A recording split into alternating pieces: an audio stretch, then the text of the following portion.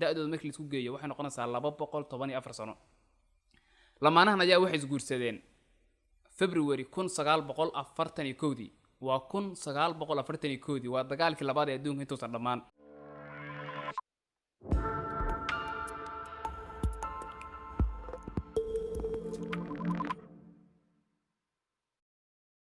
saaxiibayaal mar labaad iyo mar saddexaad soo dhawaada waa barnaamijkeennii aan uga hadli jirnay maalin ka mid ah asbuuca dhacdooyinkii ugu yaab badnaa asbuucaas ee dunida ka dhaca ama waayadaas ama adigu markaas adduunyada ka dhaca dhacdooyinka dhan soo qaadano laakiin kuwa ugu yaab badan ayaan soo qaadanaa. asbuucan waxaan soo qaadan doonaa dhacdo yaab leh oo ay saxaafadu aad u qortay.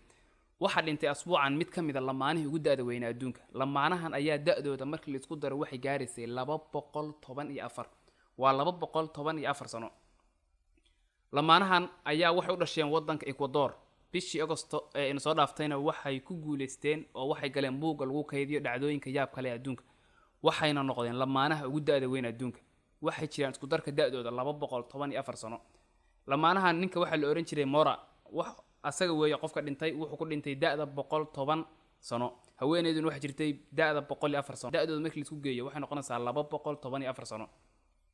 lamaanahan ayaa waxay isguursadeen February 1941 waa 1941 waa dagaalkii labaad ee adduunka intuusan dhammaan.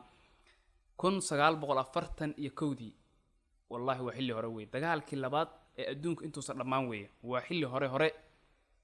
lamaanahan ayaa waxay wada joogeen muddo 79 sano ayay wada joogeen oo ay wada noolaayeen oo ay nolosha si farxad leh oo caafimaad leh ay ku qaadanayeen.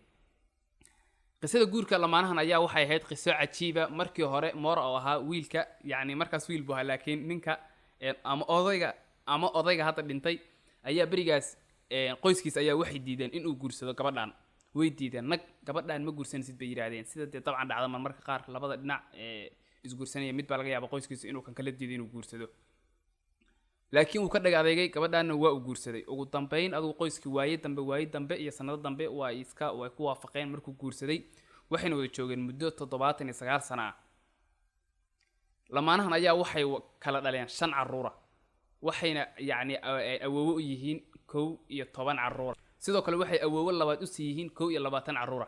lamaanahan ayaa mar la weydiiyay yani guush ugu waaweyn ee aad ka gaarteen 79 kaas nolosha ka gaarteen muxuu ahaa qoysnimadiina, maadaama aad tihiin dadka yani lamaanaha ugu da'da weyn yani aad qaadateen 2020 sanadkan ku jirno. waxay yiraahdeen guulaha ugu weyn ee gaarnay waxa kamid ah bay yiraahdeen waxaan wax barnay 5 caruur gudina waxaan ka saarnay bay dhaheen waxbarasho jaamacadeed ilaa heer jaamacadeed ayaan yani gaarsiinay. sidoo kale mar kale oo la weydiiyay yani sirta ka dambaysa inuu yani xiriirkooda u guuleysto oo muddo 79 sano ay wada joogaan waxa ka dambaysa inta badan waxa dhacda qoysasku markii isku guursadaan inta hore in isku faraxsan yihiin, laakiin sanado kadib nolosha markii aad kaato ama xaalku uu si kala noqdo in ay kala boodaan ama khilaafyo kala yimaado.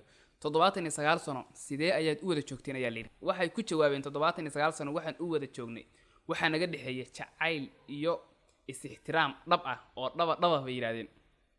waxaan isku day jirnay bay yiraahdeen inaan maalin kasta oo qorrax soo baxdo inaan sii siyaadino jacaylka iyo ixtiraamka naga dhaxeeya si mustaqbalkeena uusan mugdi u gelin.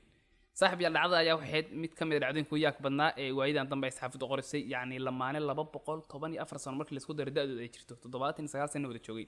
wallahi waa arrin cajiib ah. barnaamijkan ayaan waxaan uga hadalnaa saaxiibayaal mid ka mid ah dhacdooyinka ugu yaab badnaa ee saxaafadu qorto asbuucaas. haddii aad saaxiib kanaalka hore ugu taxneed waxaan ka codsanayaa inaad like saartid, haddii aad hadda ku cusub tahayna waxaan ka codsanayaa inaad subscribe saartid. maalin ka mid ah asbuuci ayaan waxaan ku soo gudbin doonaa kanaalkan mid ka mid ah dhacdooyinka ugu yaabka badan dunida daafaheeda ee saxaafadu ka qorto. waa mahadsantihiin, guuleysta.